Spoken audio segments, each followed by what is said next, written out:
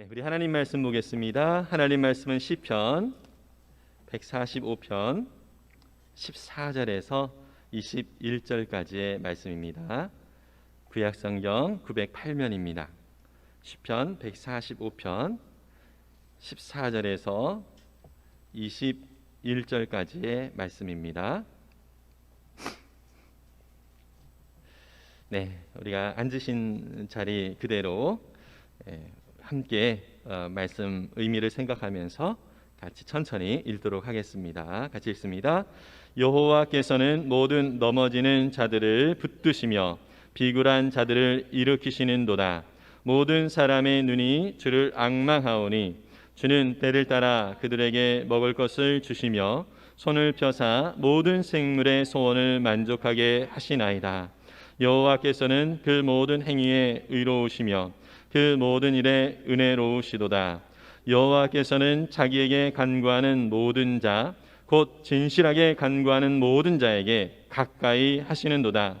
그는 자기를 경외하는 자들의 소원을 이루시며 또 그들의 부르짖음을 들으사 구원하시리로다. 여호와께서 자기를 사랑하는 자들은 다 보호하시고 악인들은 다 멸하시리로다. 내 입이 여호와의 영예를 말하며 모든 육체가 그의 거룩하신 이름을 영원히 송축할지로다. 아멘. 네, 서로 바라보시면서 은혜 많이 받으세요. 서로 격려하겠습니다.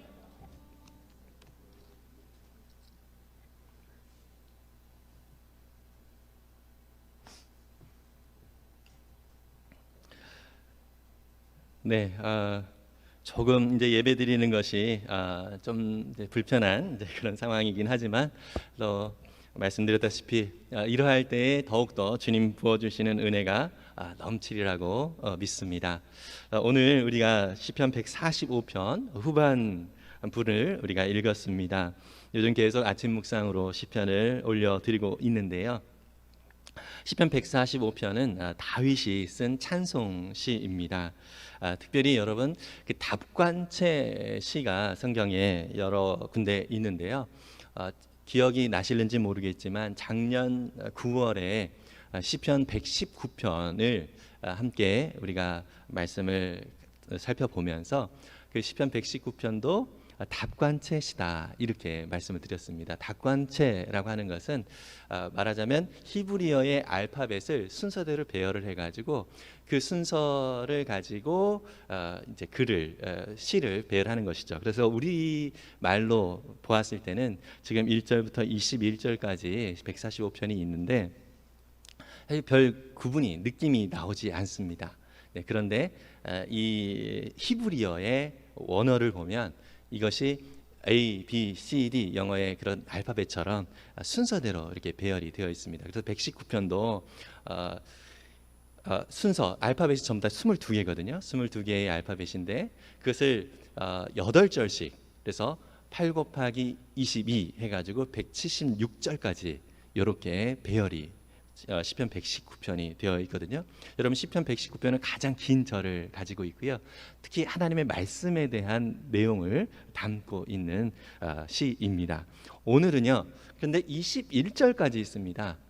원래 알파벳은 22개인데 21절까지 있어요. 중간에 하나 눈이라고 하는 알파벳이 빠져 있습니다. 알렛, 베트, 김멜, 달렛, 해, 와우, 자인, 헤트, 테트 이런 식으로 해가지고 A, B, C, D 이렇게 하는 식으로 진행이 되어지는데요. 이 전부 다 22개 알파벳이 있는데 중간에 눈이라고 하는 알파벳 하나가 빠져서 22절이 되어야 되는데 21절까지만 이렇게 되어 있는 것입니다. 조금 여러분들의 느낌을 살리기 위해서 우리식으로 가나다로 해가지고 한번 제가 답관체 시의 의미가 무엇인가 느낌이 어떤가라는 것을 말씀을 좀 드리도록 하겠습니다. 여러분들이 선창으로 가를 해주시면 제가 거기에 맞는 꽃 삼행시처럼 느껴질 텐데요. 한번 해보겠습니다. 가 시작.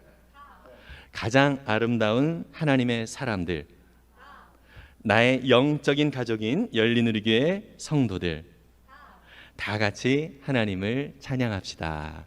아멘. 괜찮습니까? 네, 이런 식으로 시가 바로 이런 식으로 한 절 한 절 한 절이 히브리어의 알파벳 첫 자의 순서대로 이렇게 진행이 되어지고 있습니다. 그래서 특히 이 145편은요, 다윗이 하나님이 정말 선하신 분이시다, 인자하신 분이시다, 이것을 찬양을 하고 있는데요. 모든 백성들에게 베푸시는 하나님의 선하심을 1절부터 7절까지 말씀을 하고 있고요.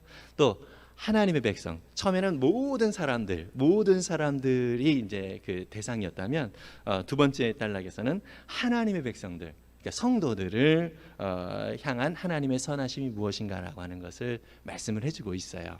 그리고 마지막, 특히 오늘 우리가 읽은 본문이 특별히 하나님의 성도들 중에서 고통을 당하고 있는 그러한 자들, 그러니까 범위가 조금씩 축소가 되어지죠.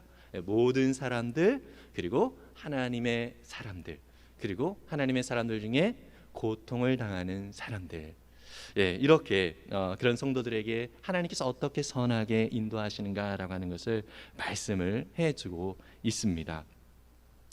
그래서 요즘 우리가 이제 코로나로 많이 좀 어려움을 겪고 있잖아요. 그래서 다양한, 개인적으로도 그렇고 또 우리 가정이나 또 우리가 속한 뭐 회사나 또 다양한 또 삶의 영역에서 어려움들이 많이 있는데, 이러한 성도들에게 하나님께서 이렇게 선하십니다라고 선언하고 그 하나님을 찬양하는 이 다윗의 내용을 통하여서 우리가 더욱 은혜를 받고 또 위로를 얻을 수 있는 시간이 되기를 바랍니다.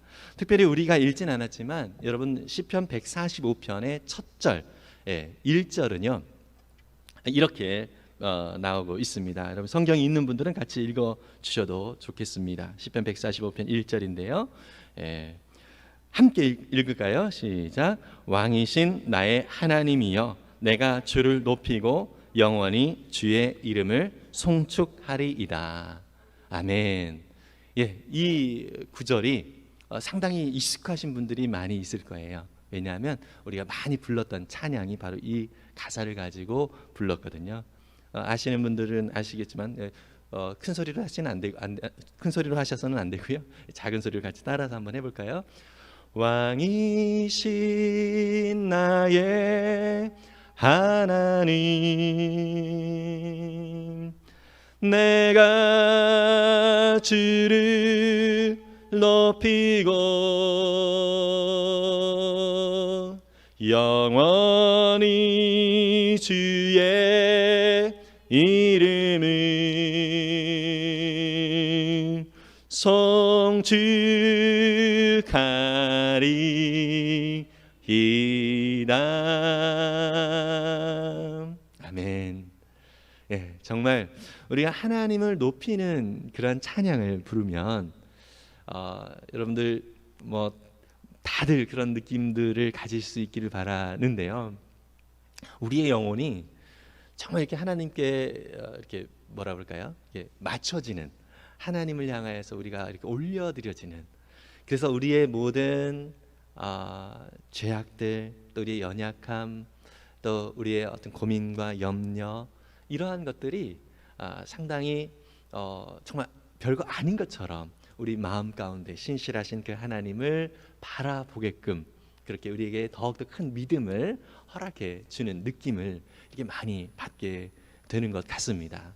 그래서 여러분, 오늘 우리가 이렇게 시편 145편의 1절에 이 말씀을 가지고 찬양을 했던 것처럼 이 찬양을 정말 반복적으로 여러분들 매일매일 아침에 일어나서 하셔도 좋을 것 같고요. 그래서 반복적으로 계속 한번 불러보십시오. 그러면 정말 우리 가운데 내가 염려하고 걱정했던 그 모든 것들이 이렇게 사라지고, 또 하나님께서 인도하실 그 손길을 더 깊이 기대하고 또 바라볼 수 있는 이 소망들이 우리 가운데 생기는 것을 느끼게 될 것입니다. 이미 많은 분들이 경험을 하고 계셨으리라고 믿습니다. 여러분, 다윗은요 정말 어려운 상황들이 많이 있었어요. 생명의 위협이 많이 있었죠. 실제로 칼이 막 이렇게 옆에 날라오는 그러한 경우들이 이 다윗에게 2번 이상 이렇게 있는 것이 성경에도 기록이 되어 있습니다. 그러한 상황 속에서도 하나님을 찬양할 수 있었다라고 하는 것은, 이 다윗은 정말 하나님 외에는 자기의 인생은 하나님을 바라보고 또 하나님의 뜻대로 나아가지 않으면 아무런 의미가 없다는 것을 깊이 깨닫게 되었기 때문인 것입니다. 하나님을 경험하면 경험할수록 하나님의 은혜가 내 안에 얼마나 귀한지, 그리고 하나님의 사랑이 내 안에 얼마나 놀랍게 역사하는지, 이런 것들을 깊이 우리가 누리게 될 거라고 믿습니다. 그런데요, 근데 너무 안타까운 것은요, 이 시대 속에서 우리는 계속해서 이 죄라고 하는 영향 속에 있습니다. 마치 중력의 법칙과 같이 우리가 이렇게 하나님을 높이며 나아가는 그러한 은혜를 경험했음에도 불구하고 그냥 가만히 있으면 다시 떨어져요. 그냥 가만히 있으면 제자리에 있는 게 아니에요. 그냥 떨어져요. 원래 상태로 돌아가요. 그래서 우리에게 계속 에너지가 필요해요. 하나님을 더 높이며 나아가는 우리 영혼의 그 메시지에 더 귀를 기울이고 또 하나님을 더욱더 높이는 그러한 영적인 에너지가 계속 우리 가운데 있을 때에 비로소 제자리고요, 조금 더 에너지가 높아지면 더 하나님을 알아가게 되고 더 하나님을 높이게 되겠지요. 여러분, 그래서 내가 예수님을 이렇게 오랫동안 믿었는데, 예수님을 이렇게 오랫동안 또 성경 공부도 하고 또 말씀도 이렇게 읽어가고 기도도 이렇게 열심히 했는데 여전히 내 안에 이렇게 낙심이나 또 내 안에 여전히 뭔가 허전함이 이런 게 계속 남아있다면, 여러분, 그 에너지는 그냥 순간순간 우리가 누리고 얻었기 때문에 그냥 그것으로만 만족했을 뿐이지 계속 삶 속에서 그 하나님을 바라보지 않았던 그런 우리의 연약함 때문에 그렇다는 사실을 우리가 좀 알고요. 그래서 매일매일 하나님 앞에 엎드리고 또 매일매일 하나님의 말씀 가운데 더 가까이 나아가는 우리 모두가 되면 참 좋겠습니다. 여러분, 그래서 저는 여러분들께 너무 감사한 것은요, 또 하나님께서 저를 목사라고 하는 자리에 세워주신 것을 너무 감사하는 이유는, 하나님의 말씀을 어떻게 보면 저는 리더로서, 교회의 리더로서 우리 하나님의 맡겨주신 그러한 우리 가족들이 있잖아요. 이 가족들의 영적인 양식을 제공해 주기 위하여 일단 제가 은혜를 누려야 됩니다. 그죠? 그래서 요즘은 특별히 매일 아침마다 영상으로 그 작업을 하기 때문에, 물론 굶고 계시는 분들이 많이 계시는 것 같아요.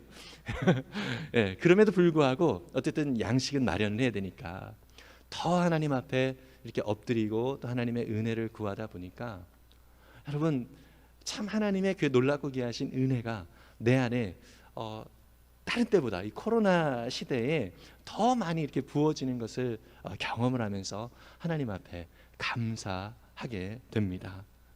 여러분, 그래서 우리 속에서 계속 우리의 어떤 습관, 이런 죄의 영향, 이런 것들을 우리가 그냥 거기에 따라서 살아가지 말고, 오늘 다윗과 같이 하나님을 높이고 또 하나님을 찬양하고 하나님을 바라볼 수 있는 그런 의지적인 그러한 노력들, 어떤 면에서는 요한복음 15장의 예수님의 말씀과 같이 포도나무 대신 주님께 붙어 있으려고 하는 그러한 의지적인 노력이 저와 여러분들 가운데 풍성하게 날마다 일어날 수 있기를 바랍니다.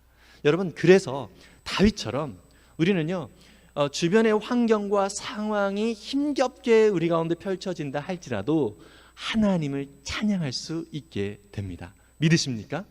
그래서 참 희한한 것은요, 하나님을 그렇게 찬양하면 찬양할수록 더욱더 하나님이 어떻게 우리의 삶 가운데 일하시고 역사하시는지를 깊이 경험하게 되어져요. 예. 여러분, 혹시 맛집을 이렇게 가신 분들의 그 블로그나 이런 소개하는 그것을 보면 맛집에 대한 그 표현을 어떤 식으로 표현을 하냐면, 한 번도 못 가본 사람은 있어도 한 번만 가본 사람은 없다, 이런 표현을 많이 씁니다. 이해가 되시죠? 한 번도 못 가본 사람은 있어도 한 번만 가본 사람은 없다. 뭐죠? 한 번 만약에 맛을 보게 되면 계속 그 맛집을 이용하게 된다라고 하는 의미가 있는 것이죠. 맛있으니까. 여러분, 저는 이렇게 다시 적용할 수 있다고 봅니다. 하나님을 경험하지 못한 사람은 있어도 하나님을 한 번만 경험한 사람은 없다. 믿으십니까? 여러분, 우리가 하나님을 경험하면 경험할수록 그 하나님의 은혜와 그 사랑을 날마다의 삶 속에서 끊임없이 더 깊이 누리게 되는 것입니다. 저와 여러분들에게 이러한 은혜가 풍성하게 넘치기를 바랍니다. 하나님께서 실제로 우리 가운데 살아계신 분이거든요. 그냥 관념적으로 계신 분이 아니라 살아계신 분이에요. 내 가장 친한 친구든 배우자든 정말 내 인생에 있어서 가장 가까운 사람, 그 사람보다 더 친한 분이 우리 하나님이시다는 사실을 우리의 삶 속에서 더 깊이 경험하고 누리면서 그 하나님의 은혜가 얼마나 큰지를 날마다 고백하고 또 그것을 나눌 수 있는 우리 모두가 될 수 있기를 간절히 바랍니다. 여러분, 그래서 그렇게 경험하다 보니까 이 다윗도 계속 하나님을 찬양할 수밖에 없는 거예요. 지금 비록 연약하고 힘들고 또 원수들이 자기를 죽이기 위하여 생명의 위협 가운데 있음에도 불구하고 여전히 하나님을 찬양할 수 있는 이유가 바로 거기에 있는 거예요. 자기 힘으로 내 인생을 핸들링할 수 없다는 것을 알기 때문에 그래요. 자기의 능력으로 내 이런 어려움들을 헤쳐나갈 수 없다는 것을 알기 때문에 그래요. 하나님이면 충분하다는 그런 믿음의 고백이 이 다윗에게는 있는 거예요. 우리 모두가 그러한 믿음을 가지고 주님을 찬양하고 또 그 주님을 찬양할 때 주님께서 어떻게 일하고 또 어떻게 우리의 삶 가운데 다스리고 역사하시는지를 깊이 경험할 수 있기를 간절히 바랍니다. 오늘 우리가 읽은 본문에 보니까요, 14절에 여호와께서는 모든 넘어지는 자들을 붙드시며 비굴한 자들을 일으키시는도다. 여러분, 넘어지는 자들을 붙드신다 그랬어요. 이것은 다윗이 경험한 겁니다. 다윗은 자신이 경험한 거 아니면 말하지 않습니다. 여러분, 인터넷에 보면 어떤 제품을 소개할 때 최근 엊그제도 보니까 사기 기사들, 사기 이런 그 광고들, 이것 때문에 사람들이 많이 그 고통을 당하는 그런 내용들을 뉴스에서 봤는데요. 여러분, 다윗은 실제로 경험한 것입니다. 하나님이 자기가 넘어져 있을 때 하나님께서 그를 일으켜 세우신 은혜를 경험했다는 것이죠. 실제 하나님, 저와 여러분들이 넘어질 때 하나님은 우리의 그 손을 붙들고 하나님께서 우리를 붙드시고 일으켜 세워주시는 그러한 분이심을 믿습니다. 여러분, 오늘도 비굴한 자들을 일으키시는도다 이렇게 말씀하고 있는데요, 세번역 성경은 비굴한 사람이라는 표현을 짓눌린 사람이라는 표현을 쓰고 있습니다. 이 인생의 어려움 속에서 우리가 마치 짓눌려진 것처럼 정말 이 세상 속에서 살아갈 때 정말 내가 아무것도 아닌 것처럼 자존감이 완전히 바닥이 될 때가 간혹 있기도 합니다. 이러할 때 하나님께서 우리를 일으켜 세워주신다라고 약속하십니다. 믿으십니까?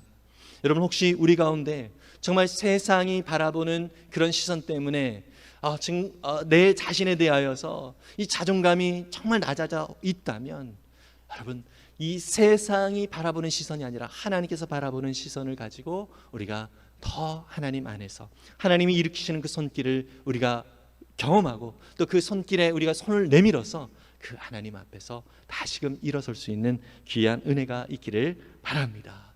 그리고요, 15절에 보니까 모든 사람의 눈이 주를 앙망하오니 주는 때를 따라 그들에게 먹을 것을 주시며, 먹을 것을 주신대요.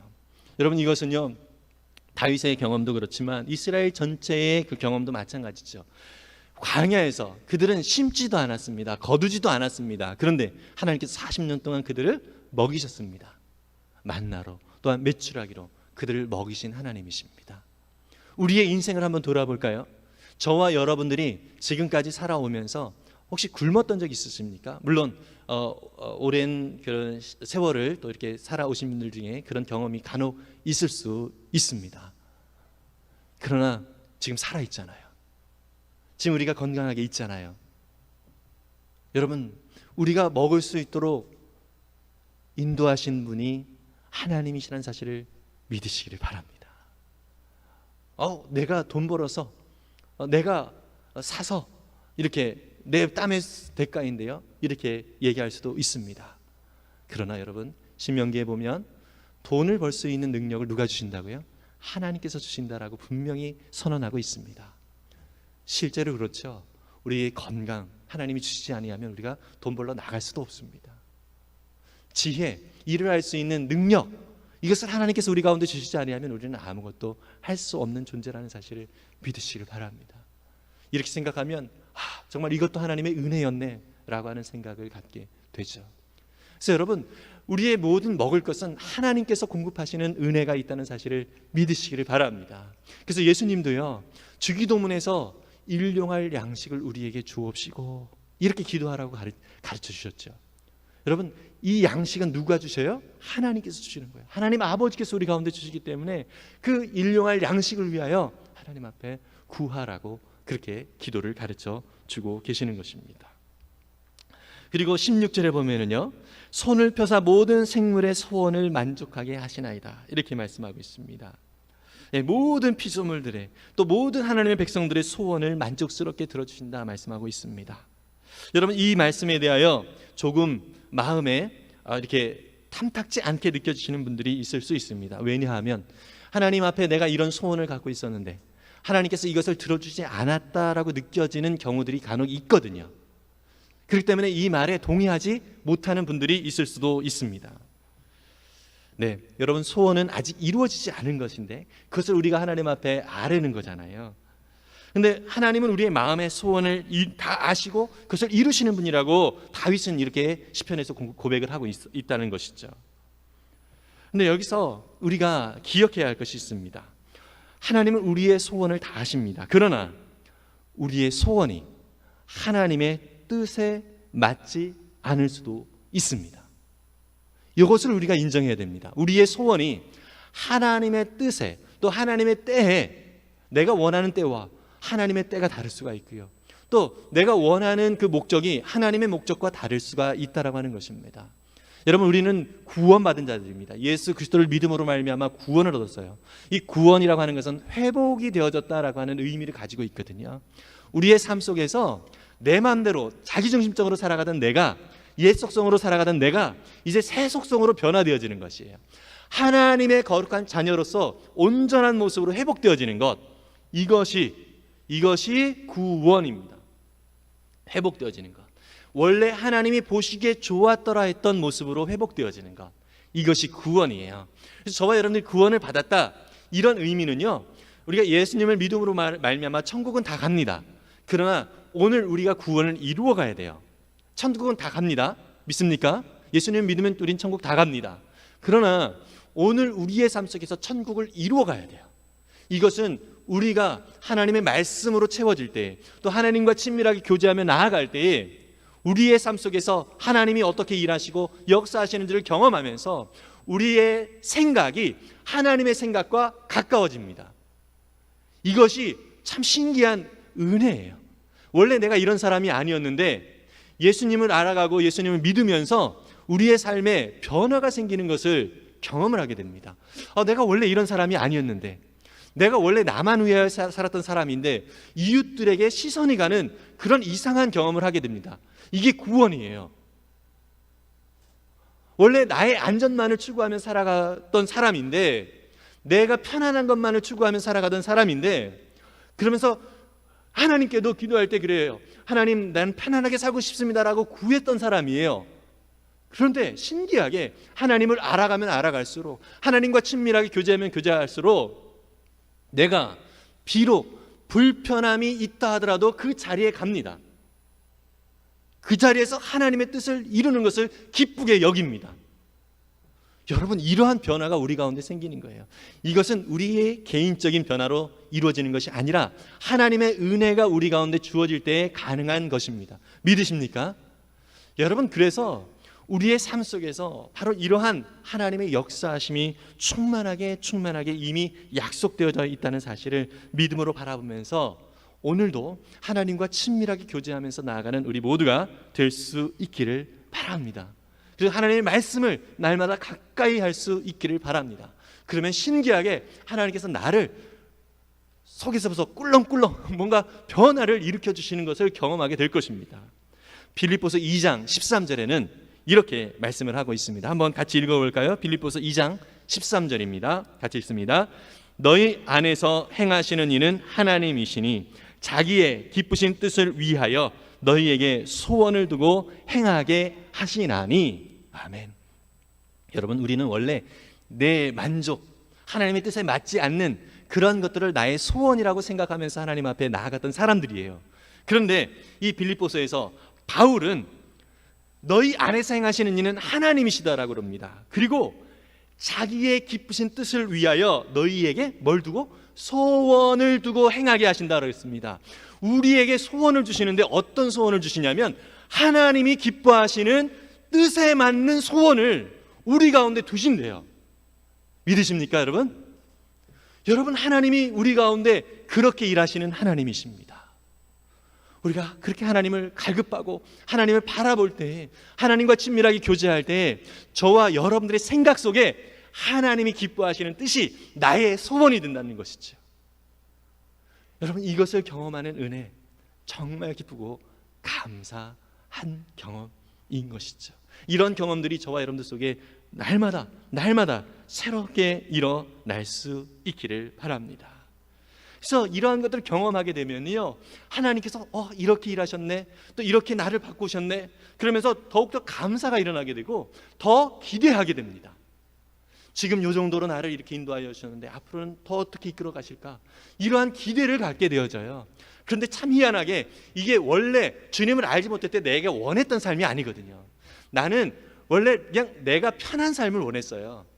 내가 그냥 사람들에게 칭송받는 그런 위치에 있는 것을 원했어요. 그런데 이제 사람들이 문제가 아니라 하나님의 은혜 가운데 있는 것을 기뻐하고, 사람들이 뭐라고 해도 그 하나님 안에서 만족하는 그러한 자로 우리를 바꿔 주신다는 것이죠. 오늘 본문의 17절에 보니까 여호와께서는 그 모든 행위에 의로우시며 그 모든 일에 은혜로우시도다 라고 말씀하고 있습니다. 여러분, 모든 행위에 의로우신 분이 여호와 하나님이에요. 여러분, 우리의 인생 속에서 나는 의롭게 행했다 이렇게 이야기할 수 있는 사람이 있습니까? 아무도 없습니다. 모든 사람이 죄를 범하였으면 하나님의 영광에 이르지 못했다라고 로마서에서는 분명히 선언하고 있습니다. 모든 사람이 죄인이에요. 여러분, 우리는 의롭지 못합니다. 내가 의롭다라고 얘기할 수 있는 사람이 이 세상에 아무도 없습니다. 그러나 유일한 한 분, 하나님만 의로우신 분이십니다. 믿으십니까? 여러분, 혹시 의라고 하는 한자어를 아십니까? 제가 좀 미리 준비했어야 되는데 그것까지 준비를 못했네요. 의로울 의자, 의로울 의자를 보면은요, 두 개의 회의 문자예요. 그러니까 의미가 함께 묶여져 있는 것이죠. 양자가 위에 있고요, 나아자가 밑에 있어요. 그 두 개 합해진 것이 의로울 의자입니다. 여러분, 예수 그리스도, 어린 양 대신 예수 그리스도의 그 보혈이 나를 덮을 때, 내 위에서 나를 덮을 때 내가 의로운 자가 됩니다. 믿으십니까? 목사님 뭐 짜맞추기 잘한다 이렇게 생각하실 수 있는지 모르겠지만요, 여러분, 이 한자어가 실제로 그러한 그 중국 사람들이 먼저 썼던 게 아니라 그 전부터 전에 오던 것들을 모아 놓은 거거든요. 어쨌든 이건 나중에 차후에 더 얘기를 나누고요. 그래서 그런 의미가 있어요. 예수 그리스도의 보혈이 나를 덮을 때, 어린 양 대신 주님의 은혜가 나를 덮을 때 나의 삶이 비로소 의로운 삶이 될 수 있다는 것입니다. 믿으십니까? 여러분, 그래서 주님의 은혜와 사랑이 우리에게 가득 채워질 때에 주님이 어린 양 되신 예수 그리스도, 우리 하나님께서 어린 양 되신 우리 예수님을, 그 아들 예수님을 우리에게 내어주신 것, 이것은 사랑이 아니면 할 수 없는 거예요. 하나님의 사랑이 우리에게 주어졌다는 것, 이것은 정말 우리에게 너무나도 큰 은혜라는 사실을 믿으시기를 바랍니다. 그래서 저와 여러분들이 너무나도 소중한 존재들이에요. 굉장한 사람들이에요. 사실 우리는 그런 대접을 받을 만한 자격이 없는 사람들인데 하나님이 일방적으로 우리를 그렇게 사랑해 주셨다라고 하는 것입니다. 세상적으로 보면 뭐 대기업 오너의 뭐 자제들을 부러워하는 경우들이 많이 있죠. 그죠? 딱 태어났더니 부자야. 별 걱정 없이 살아. 뭐 그럴 수도 있지요. 그런데 저와 여러분들은 영적인 의미에서 부자인 줄 믿습니다. 아멘. 주님이 우리를 낳아주셨대요. 우리 하나님께서 우리를 낳아주셨대요. 그래서 우리는 하나님의 거룩한 자녀가 됐습니다. 믿으십니까? 여러분, 이것이 우리에겐 엄청난 은혜이고 엄청난 감동의 스토리를 우리가 가지고 있다는 거예요. 하나님께서 생명까지 내어주시기까지 우리를 사랑해 주셨다는 것이죠. 그래서 그 사랑으로 우리가 살아갈 때에 우리는 의로운 자로 살아갈 수 있게 되는 것입니다. 예수님도 요한복음 14장 6절에서 이렇게 말씀하시죠. 함께 읽겠습니다. 요한복음 14장 6절입니다. 시작. 예수께서 이르시되 내가 곧 길이요 진리요 생명이니 나로 말미암지 않고는 아버지께로 올 자가 없느니라. 여러분, 길을 우리 주님께서 제시를 해주세요. 진리, 우리 주님께서 주님을 따라 살아갈 때 우리의 삶은 생명력이 있게 되어집니다. 믿으십니까? 여러분, 이러한 경험들이 우리 모두에게 늘 있기를 바랍니다. 주님을 따라갈 때 우리는 의로운 사람이 되어지고요, 또 주님을 따라갈 때 우리는 가장 안전한 길로 나아가게 됩니다. 여러분, 혹시 낯선 곳을 가본 분들이 계십니까?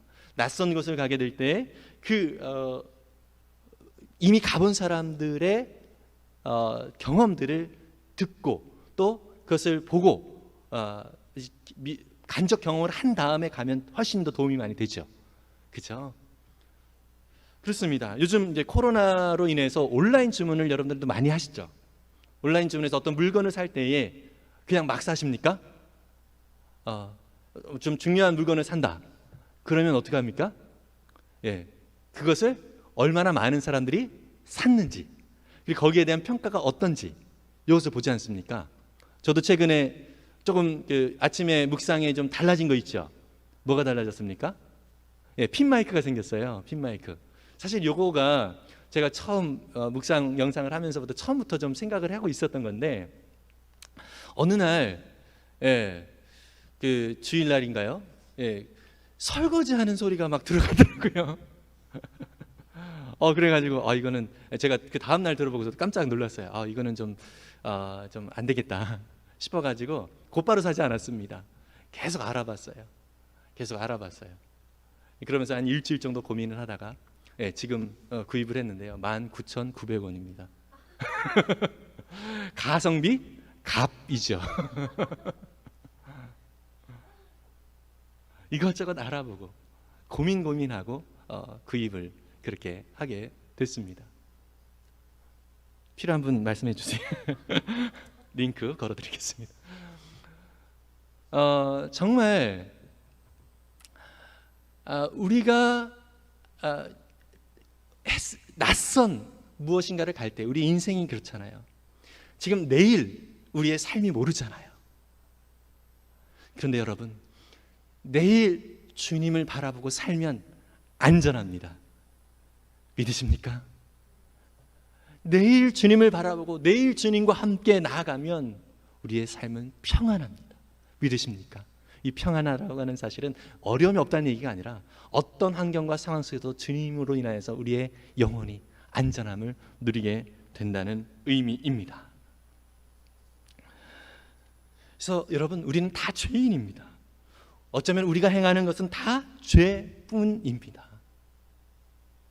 여러분, 우리가 이 세상에서도 마찬가지 아닙니까? 참 훌륭한 말을 하는 그런 사람들도 자기가 말한 것에 올무가 되어서 그 죄를 저지르는 경우들이 많이 있습니다. 특히 목사인 저 같은 사람들이 특히 그렇죠. 미워하지 말라. 성경에서 미워하는 것이 곧 뭐다? 살인이다. 이렇게 얘기했는데 제가 미워하는 사람 없을까요? 예수님은 누구든지 의욕을 품는 자마다 뭐 했다고요? 간음을 했다라고 그래요. 여러분, 제가 의욕 품은 적이 없을까요? 하나님께서 선언을 하셨습니다. 너는 살인자고 너는 간음한 자다. 그래서 나는 나를 못 믿습니다. 여러분들 저를 믿지 마세요. 오직 하나님만 믿습니다. 제 안에 역사하시는 하나님. 그래서 저는 주님을 붙들지 않으면, 한순간도 붙들지 않으면, 잠깐이라도 놓으면 죄로 갈 수밖에 없는 사람인 것을 잘 알아요. 그래서 주님을 놓을 수가 없습니다. 여러분, 다윗이 바로 그거예요. 주님을 의지하는 것, 주님 앞에 간구하는 것, 주님을 붙잡는 것, 이게 저와 여러분들에게 반드시 필요한 삶의 모습이라는 것이죠. 여러분, 사실 이 세상에서요, 하나님을 알지 못하는 사람들이 자신이 말한 것들을, 좀 훌륭한 말들을 했음에도 불구하고, 또 훌륭한 행동을 했음에도 불구하고 그것에 못 이겨서 또 자기도 똑같은 범죄를 저지르는 그런 경우들이 비일비재합니다. 그것이 어쩔 수가 없는 거예요. 어쩌면 당연한 것입니다. 왜요? 우리는 죄인이거든요. 그런데 여러분, 예수 믿는 사람은 그 죄를 안 짓는가요? 동일하게 져요. 동일하게 질 수 있어요. 그런데 우리는 다릅니다. 뭐가 달라요? 죄를 지었음에도 불구하고 여전히 우리를 사랑하신다고 하시는 그 아버지 하나님이 계셔요. 여러분, 이게 우리에게 안심이 되는 거예요. 물론 죄를 짓지 말아야 되죠. 그러나 우리가 우리 스스로도 정말 이 나쁜 놈 스스로가 생각할 만큼 그런 죄를 저질렀다 하더라도 여러분, 그것을 우리 스스로 해결할 수 없다는 사실을 믿으시길 바랍니다. 그래도 주님 앞에 나아갈 수 있기를 바랍니다. 그래도 주님 앞에서 용서를 구하고 회개하고 주님 앞에 엎드릴 수 있는 우리 모두가 되었으면 좋겠습니다. 다윗의 경우가 바로 그런 경우였잖아요. 나단 선지자가 이 다윗에게 다윗의 간음죄를 지적을 했어요. 그때 왕으로서 이 나단 선지자 무시할 수 있습니다. 그런데 철저하게 하나님 앞에 눈물로 회개를 하고 그 죄에 대한 대가를 혹독하게 치릅니다. 그러면서 다시금 하나님 앞에 겸손히 나아가는 다윗의 모습을 우리는 성경을 통해서 확인할 수 있습니다. 이렇게 아름다운 하나님을 찬양하는 다윗도 죄 가운데서 그럼에도 불구하고 하나님 앞에 더 겸손히 엎드렸던 것을 우리는 기억합니다. 여러분, 그래서 우리에게 주신 이 은혜, 우리에게 하나님이 계시다는 이 사실은 너무나도 감사한 거예요. 너무나도 다행스러운 것입니다. 그러한 은혜를 입고 있다는 사실이 우리에게 너무나도 귀하다라는 것이에요.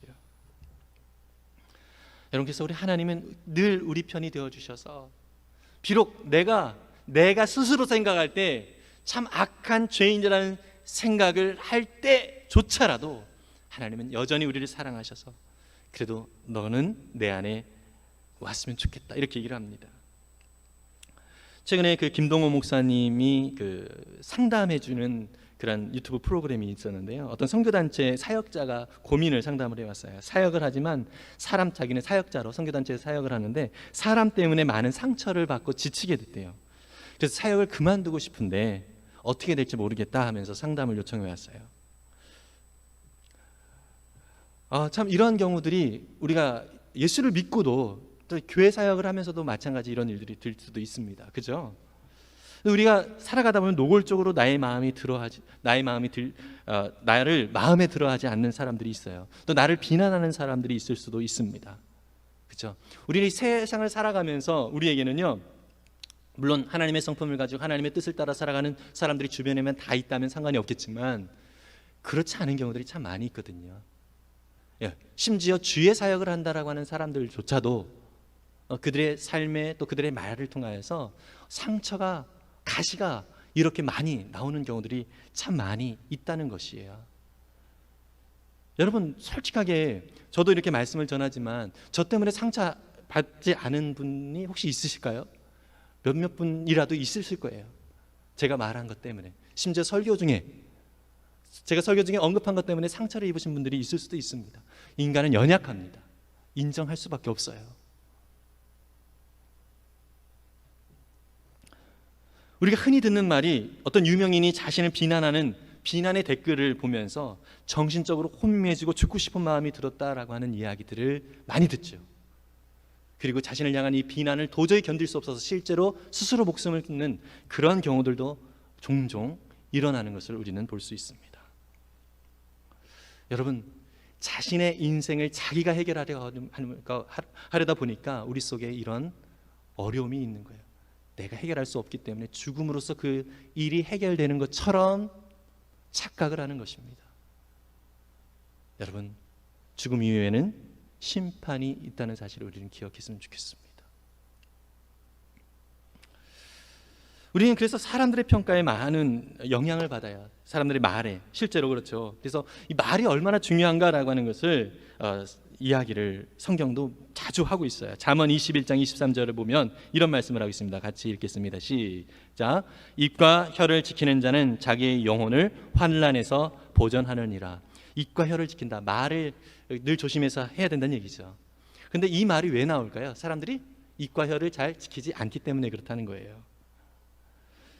그래서 또 한 가지, 야고보서 1장 26절, 야고보서 1장 26절입니다. 같이 읽겠습니다. 시작. 누구든지 스스로 경건하다 생각하며 자기 혀를 제갈 물리지 아니하고 자기 마음을 속이면 이 사람의 경건은 헛것이다. 여러분, 아무리 경건하다 해도 이 말을 정말 조심하지 않으면 이 사람은 이 경건이 의미가 없다라고 얘기를 하고 있습니다. 여러분, 그래서 우리가 주님 앞에 붙어 있을 때 주님이 주시는 그 지혜로 우리가 말을 할 수가 있게 되어지고요. 또 이것으로 인하여서 또 하나님의 은혜를 우리가 나눌 수 있는 그런 사람들이 되어집니다. 그런데 우리가 생각할 때 세상이 이렇다는 것은 우리가 좀 기억했으면 좋겠어요. 우리에게 비난이 올 수 있고 또 우리에게 상처를 줄 수 있다는 거예요. 그러나 중요한 건 무엇입니까? 하나님이 우리의 편이시다라는 사실을 믿으시기를 바랍니다. 여러분, 그래서 18절을 보니까 여호와께서는 자기 간구하는 모든 자에게 가까이 하신다고 그랬어요. 그리고 자기를 경외하는 자들의 소원을 이루시고 또 그들의 부르짖음을 들으신다라고요. 그래서 구원하신다라고 그랬습니다. 여러분, 우리가 주님 앞에 나아갈 때 주님께서 우리 편이 되어 주셔서 우리를 가까이 하시고 우리를 구원해 주신다라고 말씀을 해 주십니다. 그래서 여러분, 이 세상의 사람들이 다 나를 좋아하지 않을 수 있다는 사실을 우리는 기억해야 합니다. 물론 주변에 있는 사람 다 나를 좋아하면 좋겠지만 안타까운 사실은 나를 싫어하는 사람들도 의외로 많이 있다라고 하는 것입니다. 그러나 중요한 건 하나님이 나와 함께 하시고 하나님께서 나를 귀하게 여겨주심에 우리의 마음의 위안을 얻을 수 있기를 바랍니다. 그래서 미움받을 용기라고 하는 아주 유명한 책도 있잖아요. 그죠? 근데 그거는 뭐 인본주의적으로 우리가 또 그렇게 생각할 수 있지만 우리에게 근거는 뭐예요? 하나님이 나와 함께 하시기 때문에 괜찮다는 거죠. 다른 사람들이 다 나를 향하여 손가락질해도 하나님이 내 편이면 충분하다라고 하는 고백이 우리 가운데 늘 있기를 바랍니다. 그래서 여러분, 마지막으로 스바냐 3장 17절 이 말씀을 우리가 보고 정말 하나님이 나를 어떻게 여기시는가 이 생각을 가지고 우리 마음에 새기고 말씀을 좀 마무리했으면 좋겠는데요. 같이 읽겠습니다. 시작. 너희 하나님 여호와가 너희 가운데 계시네. 그는 구원을 베푸실 적는 자이시라. 그가 너로 말미암아 기쁨을 이기지 못하시며 너를 잠잠히 사랑하시며 너로 말미암아 즐거이 부르며 기뻐하시리라 하리라. 여러분, 이 스바냐 선지자가 활동했던 때는요, 유다가 멸망하기 바로 직전이에요. 그래서 유다 백성들이 하나님께 지지리도 말을 듣지 않았던 그런 시기거든요. 그런데 그때 이 말씀을 하셨어요. 너를 인하여 기쁨을 이기지 못하고 잠잠히 사랑하신대요. 너를 말미암아서 즐거이 부르며 기뻐하시겠대요. 여러분, 이것은 소망을 담은 하나님의 마음이라는 것이죠. 비록 너희가 나를 이렇게 속상하게 만들지만 그럼에도 불구하고 나는 너희를 끝까지 사랑하시고 결국은 너희로 인하여서 내가 기뻐하는, 너희로 인하여서 내가 정말 기뻐서 어쩔 줄 모르는 이러한 모습으로 너희들이 바뀔 것이다라고 하는 이러한 하나님의 마음의 소원이 그 안에 있다는 것이죠. 여러분, 비록 지금 저와 여러분들이 하나님 앞에서 참 연약하고 부족한 모습들이 많이 느껴질 수도 있습니다. 그 모습 그대로 우리가 나아갈 수 있었으면 좋겠습니다. 하나님은 우리 편이에요. 그리고 그 자리에서 그 하나님이 우리에게 하시는 말씀에 귀를 기울였으면 좋겠습니다. 그리고 하나님이 내게 행하신 일이 무엇인지를 조금씩 확인하면서 그 하나님을 높일 수 있는 저와 여러분들이 되었으면 좋겠습니다.